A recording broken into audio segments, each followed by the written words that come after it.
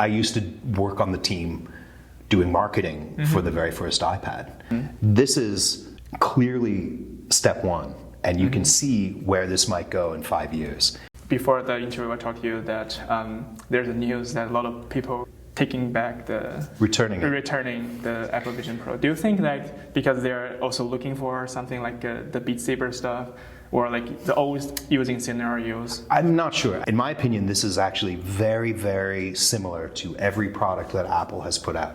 People tend to think that every product is finished, but if you look at the very first iPhone, the very first Apple Watch, the very first iPod, right? They don't even make iPods anymore. This is clearly step one, and you can see where this might go in 5 years. And so this first one, like the first Apple Watch was terrible. It didn't have a long battery. You had to have your phone with you. It had a tiny little screen, and they didn't know how to position it. Now the Apple Watch is very much about health. At the beginning, they thought it was going to be about notifications. They thought they might be competing with Rolex and high-end, so you could buy like a gold watch. Now they don't make this anymore. And now it's all become about fitness. And so the company will put out an initial product and then see and give it time to develop. And this feels like it's in the right place. I think they've got many things about this correct, and it will eventually become more common. People like to think that Apple has like failed, and all the things that are negative about this device, it's true.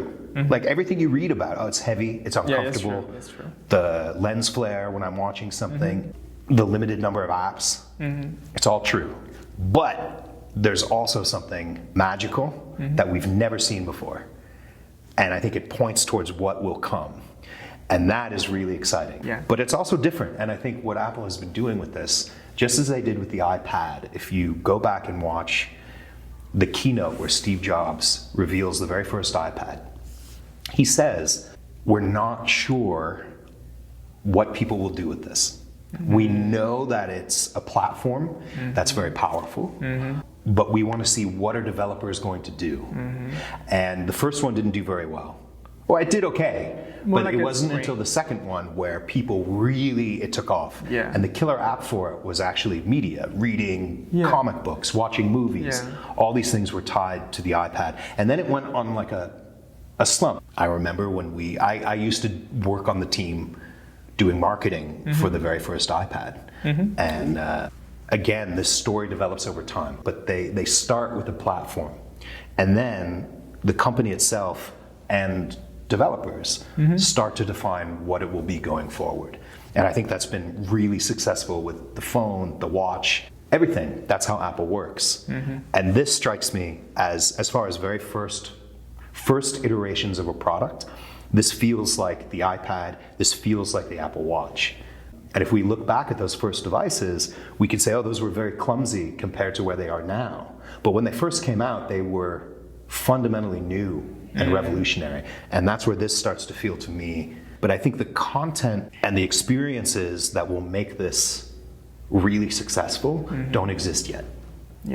Like sports. I'm going to a basketball game today. I love basketball. And if I could watch a basketball game in 3 dimensions or feel like I'm sitting courtside, that's amazing. That changes our relationship with sports, with media, with each other. I think that's coming soon. Have you saw that Formula 1 game prototype apps on the social media? I saw that, It's quite really interesting. It's interesting to me, and yet it also feels, I think in the early days when we were thinking about what augmented reality could be, I think it's very interesting that Apple does not use the terms augmented reality or virtual reality. We say spatial computing. So the idea that I can follow a car on my desk, really, really cool. And yet, but it's also not new. In some ways, we've had this through an iPad or a phone for years. It's interesting, but I don't know that it makes people want to buy that device. If you asked me, if we had this interview 3 years ago, or right when I first left Apple and could now talk to people, I would have said that I was very curious as to how Apple would approach this kind of spatial computing.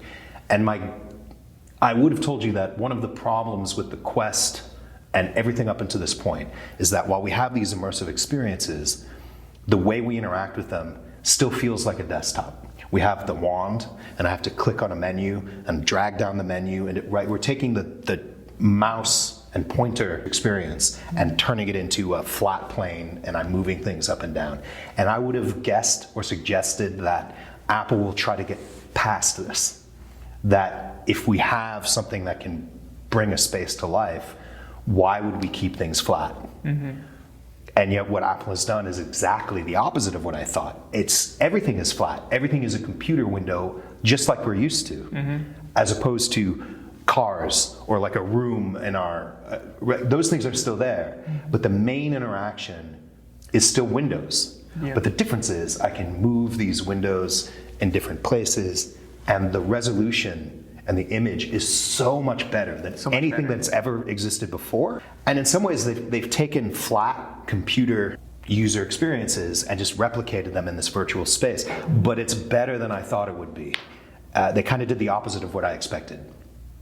For example, the launcher in the Vision is a little bit like it used to be on the watch. It's not too far different from an iPhone home screen. I have flat icons in front of me. And they've gotten the interaction, where I can just click my fingers together anywhere. I think they've really done a good job.